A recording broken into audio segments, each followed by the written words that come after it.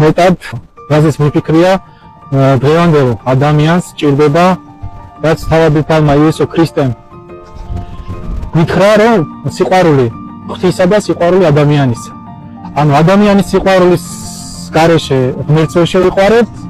და ღმერთის სიყვარულის გარეშე ადამიანს ვერ შევიყვარებთ და სამწუხაროდ ხედავთ როგორ რაღაც გაზრდილია სიძულვი ჩვენს ირგვლივ ადამიანებში თუ კი ადამიანი ვინმე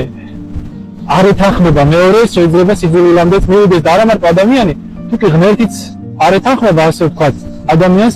ის ღმერთიც არ აწყობს სამწუხაროდ დღევანდელ ადამიანს და ეს ძალიან სამწუხაროა ვიცით რომ ღმერთი არის სიყვარული ვიცით რომ თუ კი შენ არ გიყვარს ხილული ძმა